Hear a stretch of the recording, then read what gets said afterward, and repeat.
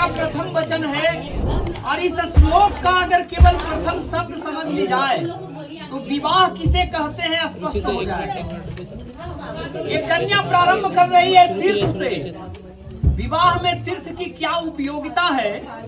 तीर्थ भोग भूमि नहीं है, तीर्थ योग भूमि है। इसलिए विवाह भोग प्रधान जीवन नहीं है, विवाह योग प्रधान जीवन है। ये एक उपासनात्मक वृत्ति है और इसी वृत्ति में कन्या ये जोर दे रही है कि यदि आपके मन में तीर्थ के प्रति संवेदना का उदय होता है और जिस संकल्प सूत्र में आपने मुझे बांधा है, क्या इसकी पूर्णता का ख्याल भी आपके मन में आ रहा है?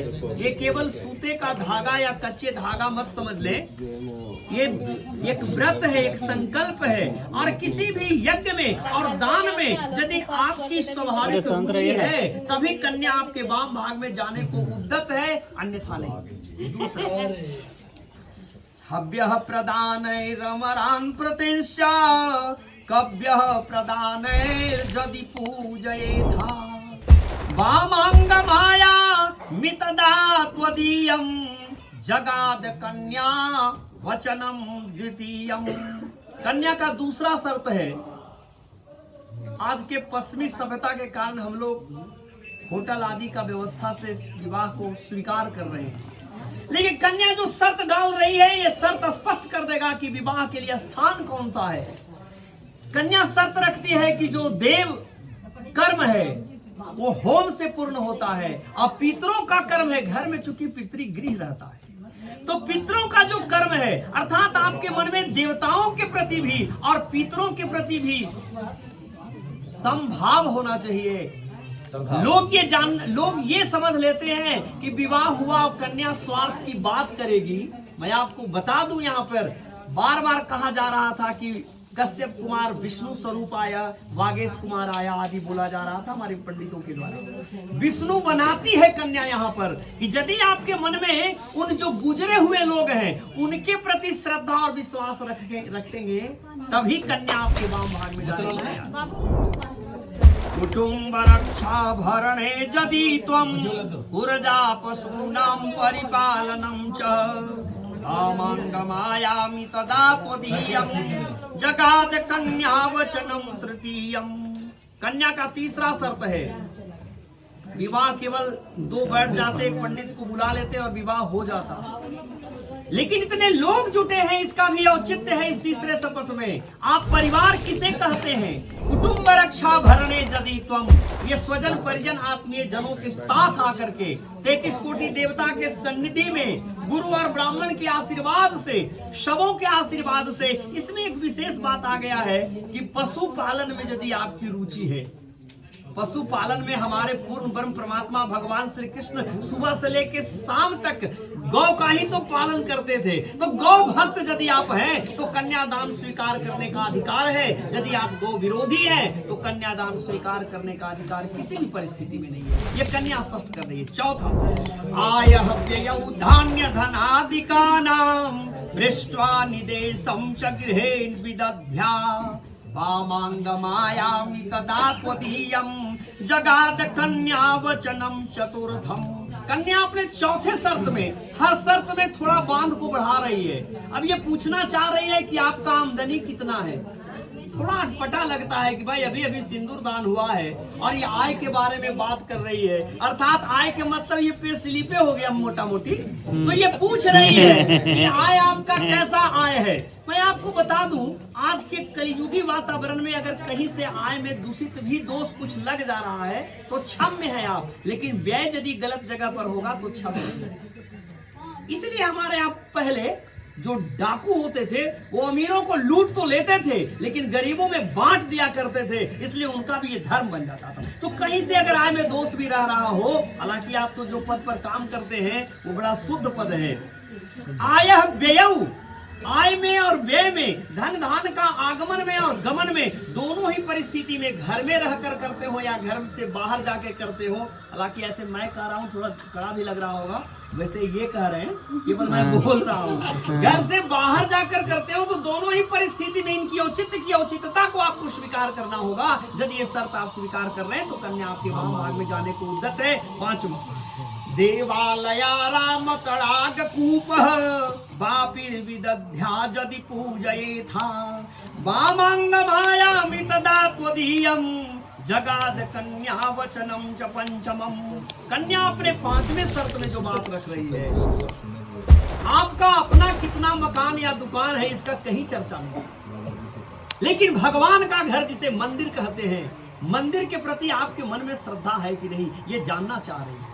ऐसे संजोग भी ऐसा हुआ है कि जहां इनका घर है अभी तक कन्या दान करने के पहले तक हम तो वहां गए भी नहीं है। हमारे संजीव जी ये उभय पक्ष के बीच के हैं और इन्होंने जो मुझे मार्ग दिया है उस मार्ग को ही आधार बनाया था। और जब परिचय सत्र हुआ था तो उस परिचय में मुझे ऐसा लगा था कि सचमुच में एक संवेदित परिवार मिले हैं और मैंने उसको विश्वास से किया है। तो मेरी बेटी का भी कहना है कि यदि आपके मन में देवता के प्रति, तालाब के प्रति, कुआं के प्रति, बागीचा के प्रति जो सार्वजनिक उपयोग की चीज है इनके प्रति संवेदित आप हैं, तभी कन्या आपके वाम भाग में जाने को तैयार है, अन्यथा नहीं। छठा, देशांतरे वा स्वपुरांतरे वा यदि विदध्या क्रय विक्रयौ त्वं वामांग मायामि तदा त्वदीयं जगाद कन्या वचनं च खष्टम्।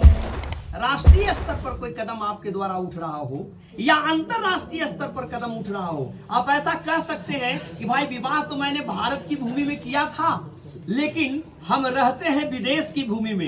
विदेश की भूमि में भारत वाली संस्कृति नहीं है।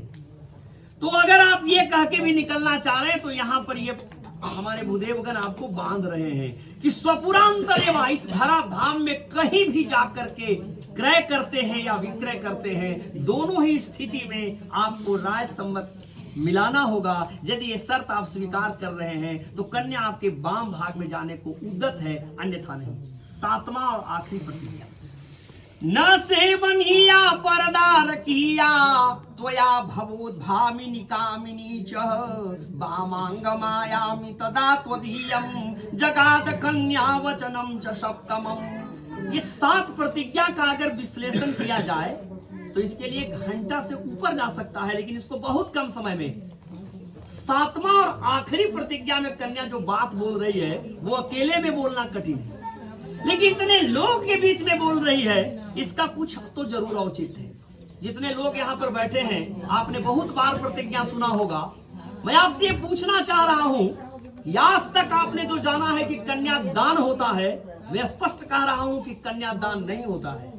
केवल बोला जा रहा है कि कन्यादान हो रहा है, जैसे भगवान का जन्म नहीं होता है, लेकिन बोला तो जाता है कि भगवान का जन्म हो रहा है, भगवान का अवतार होता है। आप ही सोचिए जरा, जिस वस्तु को आप दान कर देते हैं उससे कोई संबंध नहीं रखते हैं, लेकिन यहाँ जिस वस्तु को हम दान कर रहे हैं यहाँ संबंध तो आजीवन शेष रह रहा है। तो ऐसी परिस्थिति में ये अपने गोत्र का आज परित्याग कर दिया, संयोग से अस्वस्थ हो गई है, लेकिन फिर भी ये अपने गोत्र का परित्याग करते हुए एक नवीन गोत्र में प्रवेश कर रही है। और ऐसे परिस्थिति में अनजान युवक के साथ एक 7 बार का फेरा लगता है, और 7 बार के फेरे में उस पति को पति नहीं, उसको परमेश्वर मान लेती है। सास ससुर पति से पूज्य है, मैं मानता हूं इस बात को, लेकिन उनकी श्रेणी देवता तक सीमित है। सास ससुर को खूब आदर करिए, खूब सेवा करिए, लेकिन जहां भी आज्ञा की बात आएगी तो आपको पुनः फिर पातिव्रत धर्म की आज्ञा ही सिरोधार्य करना होगा। क्योंकि पति को यहाँ बताया जा रहा है कि वो आपके लिए कोई पुरुष नहीं है, वो परमेश्वर के प्रारूप में मिले हुए हैं। तो ऐसे परमेश्वर के सामने एक बात कह रही है कि भाई मेरे विवाह में धान के लावा भी छीटे गए। धान के लावा छीटने का मतलब है धान जिस खेत में हम बोते हैं वहां ही उनका पूर्ण विकास नहीं होता, वरन दूसरे खेत में जाके रोपण का कार्य करते हैं। आज उसी तरह से ये दूसरे वंश में जाके रोपण का कार्य हो रहा है। दूसरी बात है, धान को जब गर्म परिस्थिति में डालते हैं तो उसके त्वचा का अलगाव या बिलगाव नहीं होता है। मैं बार बार भगवान से प्रार्थना करता हूं आप सबके आशीर्वाद से कि जीवन में सम और विषम परिस्थितियां तो आते रहेंगे, बनते और बिगड़ते भी रहेंगे, लेकिन प्रभु से यही प्रार्थना होनी चाहिए कि कभी भी अलगाव का भाव मन में भी उदय न हो। इन्हीं शुभकामना के साथ ये अपनी आखिरी बात कह रही है। बचपन से अभी तक का जो भी प्रेम पास रहा सभी के प्रति गौण हो गया है, और इनके प्रति मैंने अभिनंदन पत्र में भी कह चुका हूं और अभिनंदन पत्र वैसे कन्या को बैठने के बाद बोलना था, लेकिन मेरे साहस नहीं हुआ कि हम उसको बुला के बोले, तो मैंने उसको पहले बोल दिया। तो अपनी आखिरी प्रतिज्ञा में नैसे बनिया परदार किया, किसी भी प्रकार से विषयासक्त भाव से भावित कोई कन्या स्त्री यदि आए तो आप उसे स्वीकार न करेंगे। ऐसा कहते कहते ये भारतीय संस्कृति की कन्या मौन हो जाती है। बिल्कुल वागेश जी घिरास आ गए हैं। ऐसा लगता है कि इनकी सातों प्रतिज्ञा एक से एक बढ़ के शर्त दीवार के रूप में है। इनकी भी एक मान्यता है कि ठीक है, हम आपकी सातों प्रतिज्ञा को स्वीकार करता हूं या करूंगा, लेकिन मेरी एक मान्यता है, उसे तुम स्वीकार कर लो। ये क्या कह रहे हैं? मदीय चीतम अनुगतम चीतम सदा मदाज्ञा परिपालनम च। यदि तुम मेरे चित्त के अनुसार चलोगी और मेरी आज्ञा के अनुवर्तनी रहोगी। पातिव्रत धर्म किसी भी यूनिवर्सिटी में तो नहीं मिलता होगा। माता अनुसुईया जी कहाँ की छात्रा रही होंगी, लेकिन माता अनुसुईया जी के पास जो धर्म था वो पातिव्रत धर्म था केवल, और उसी धर्म के बदौलत ब्रह्मा विष्णु महेश को वो 6 महीने के बालक बना सकती है। तो उसी धर्म की ये पूर्णता की ओर इशारा कर रहे हैं कि यदि उस धर्म में तुम निपुणता दिखला दोगी तो देवता, अग्नि, गुरु और ब्राह्मण के सामने मैं यह संभाषण करता हूं। ये चूंकि वर का वाक्य है कि तुम्हारे साथ पानी ग्रहण संस्कार आज मुझे भगवत कृपात दैव वशात गुरु कृपात प्राप्त हुआ है। इस भगवान विष्णु के ये पंचकोशीय क्षेत्र रहा है। ऐसी स्थिति में प्रभु कृपा से मैं तुम्हारी सातों प्रतिज्ञाओं को पूर्ण कर दूंगा, स्वीकार कर रहा हूं। मेरी एक मान्यता को स्वीकार कर लें। हम लोग केवल बोलते चले गए, ये लोग दोनों के दोनों चुप हैं।